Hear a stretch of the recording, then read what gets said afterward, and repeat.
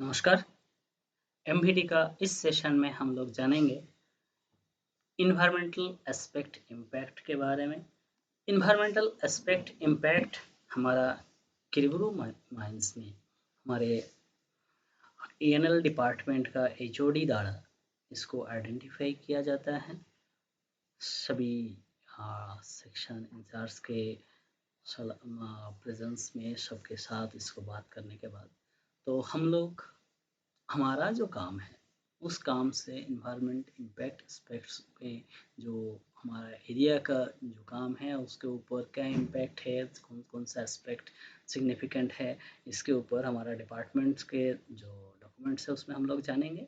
लेकिन ये environmental aspect impact क्या होता है इसके बारे में जस्ट एक छोटा सा सेशन हम लोग देख लेंगे। मैं रथिन विश्वास इस सेशंस के बात करते हैं। सबसे पहले इन्वायरमेंटल इम्पैक्ट और एस्पेक्ट ये जो होता है क्या होता है। जैसे हमारा एयर एमिशंस होता है, एक एस्पेक्ट है, उसमें इम्पैक्ट क्या है, एयर पोल्यूशन हो सकता है। पैकेजिंग, इसमें लैंडफिल स्पेस कम हो सकता है। ट्रांसपोर्टेशन हो रहा है, इसमें हमारा एयर पोल्यूशन हो सकता है। इस टाइप का जैसे एनर्जी हम लोग यूज़ करते हैं उसका इम्पैक्ट क्या है, फॉसिल फ्यूल डिप्लीशन होता है। मेटल शिप्स जनरेशन होता है फैक्ट्रीज के काम से, जिसमें मिनरल डिप्लीशन हो सकता है। ये डिफरेंट एस्पेक्ट और इम्पैक्ट है।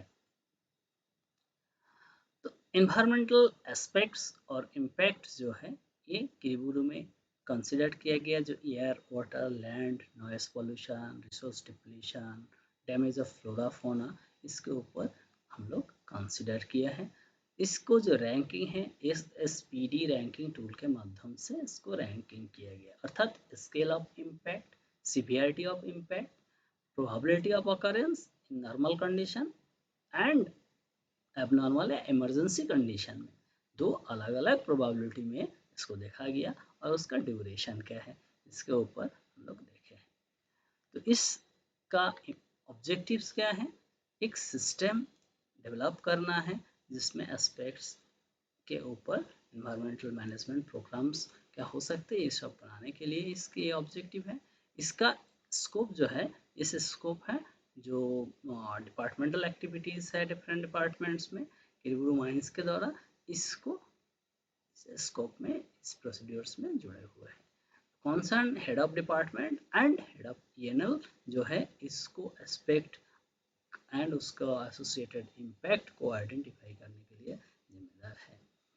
और इन्होंने जो कंसिडर करेंगे उसमें पास्ट कंडीशन क्या था, present and future plan activities किस टाइप का रहेगा, हमारा प्रोडक्ट सर्विस में इसका क्या इम्पैक्ट है, हमारा नॉर्मल लोगों को लाइफ में क्या इम्पैक्ट है, इन सब लेकर के इमरजेंसी कंडीशन में क्या होगा और नॉर्मल कंडीशन में क्या रहेगा, ये लेकर के ही इसको आइडेंटिफाई करते हैं।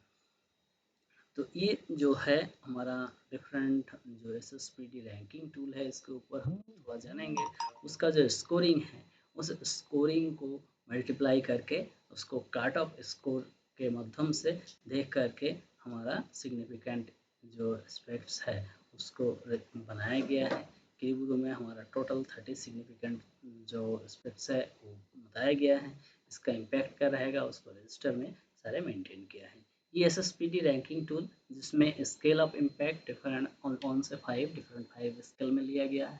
सीवियरिटी ऑन से 5 स्केल में लिया गया, प्रोबेबिलिटी नॉर्मल केस में भी 5 स्केल, एबनॉर्मल केस में भी, इमरजेंसी केस में भी 5 स्केल लिया गया।